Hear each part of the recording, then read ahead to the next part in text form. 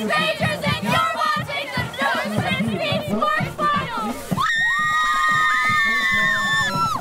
Yes, you are. And don't forget, if you missed any scores from tonight or any highlights from tonight, just log on to WNEP.com. We'll run back the biggest story right now, though, in case you missed it. Dallas and Hazleton in a Super 16 showdown. And joining us right now, the winning coach, Rich Manello from Dallas, after a big 42-20 win over Hazleton this evening. Coach Manello, what did Parker Balesta do? I mean, he just took over this game for your team. So what is he doing to be so effective and just go through everybody?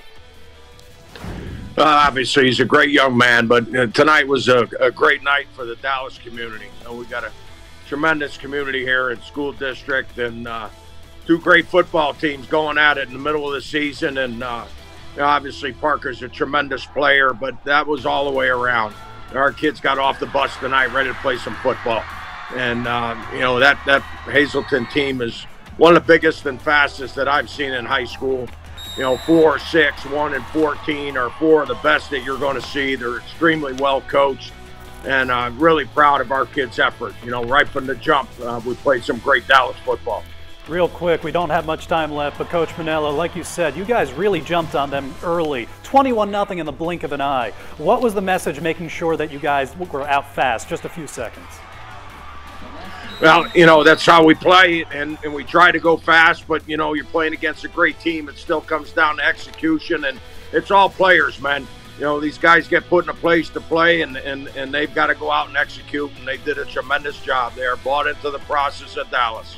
Thank you so much, Coach Manello, for joining us. The Mountaineers, by the way, travel to Berwick next week.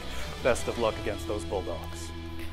Well, injuries can derail any season, but Selinsgrove bounced back from losing its star quarterback and the running back to still start 4-1. But the Seals now have to go on the road to slow down a Mifflinburg team with a talented passing attack. Selinsgrove and Mifflinburg both lost to Jersey Shore, but then again these days, who doesn't lose to Jersey Shore? First series for Selinsgrove, and they used the toss sweep to get it out to a dangerous man, Tucker Teets. Watch him go, but Andrew Deal had other ideas with the tackle for the loss. But the Wildcats with the ball, and they run with Jarrett Miller, but he is stopped for a loss by Ethan Miller, the Seals middle linebacker. Still no score in the second quarter, and Troy Dressler, the guy they're worried about from Mifflinburg, the swing pass to Carter Breed.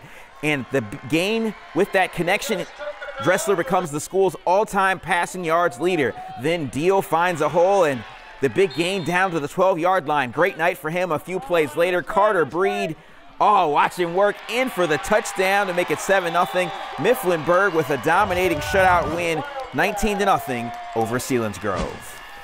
How about an undefeated Danville team, 5-0, trying not to slip up after a big win over Southern Columbia last week, facing Lewisburg this week. Zach Gordon connects with, of course, Carson Persing, weaving his way through the defense. He's still going, faking out everybody inside the 20-yard line, and then that sets up this. Aaron Johnson from 9 yards out, diving in for the end zone to make it 7-0 Ironmen. Second quarter, Zach Gordon zings it in there for Persing, but he's knocked down by Cam Michaels, so Lewisburg making a defensive stop, but you can't stop Danville for long. This time Gordon connects with Mason Ropp down to the 21-yard line. 2 plays later, they score, and Danville crushes Lewisburg 51-0.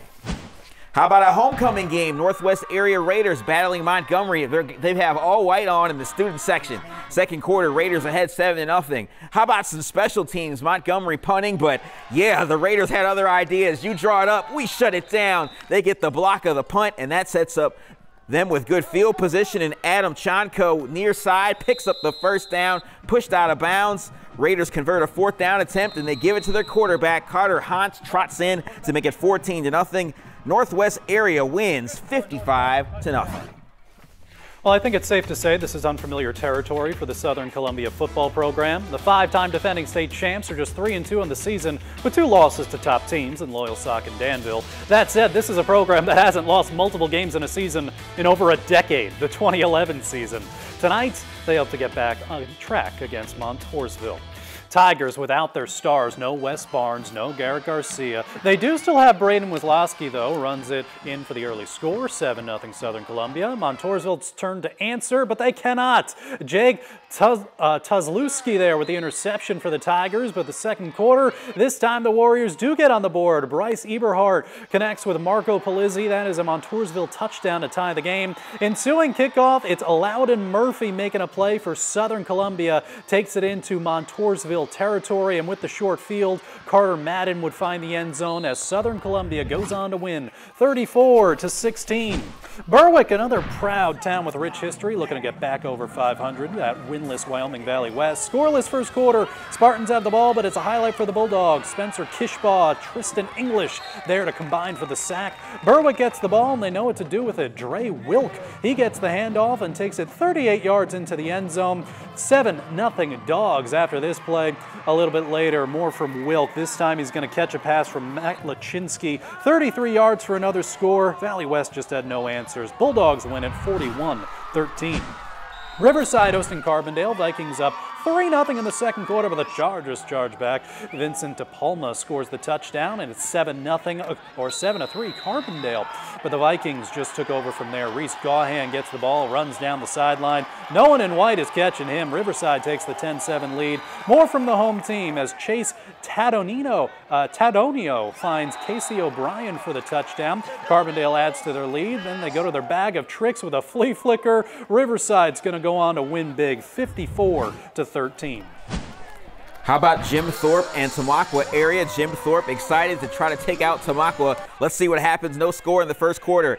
Jim Thorpe's David Forito, the sweep left, and he gets around the end, and he's still going 31 yards. Nobody's touching him. 7-0 Jim Thorpe. Jim Thorpe with the play action. Brett Balia finds Forito on the sideline for the pickup of 20 yards, and that sets up Balia. This time up top, take it to him. Of course, Forito coming down for a 37-yard touchdown. Jim Thorpe wins this one 42-6.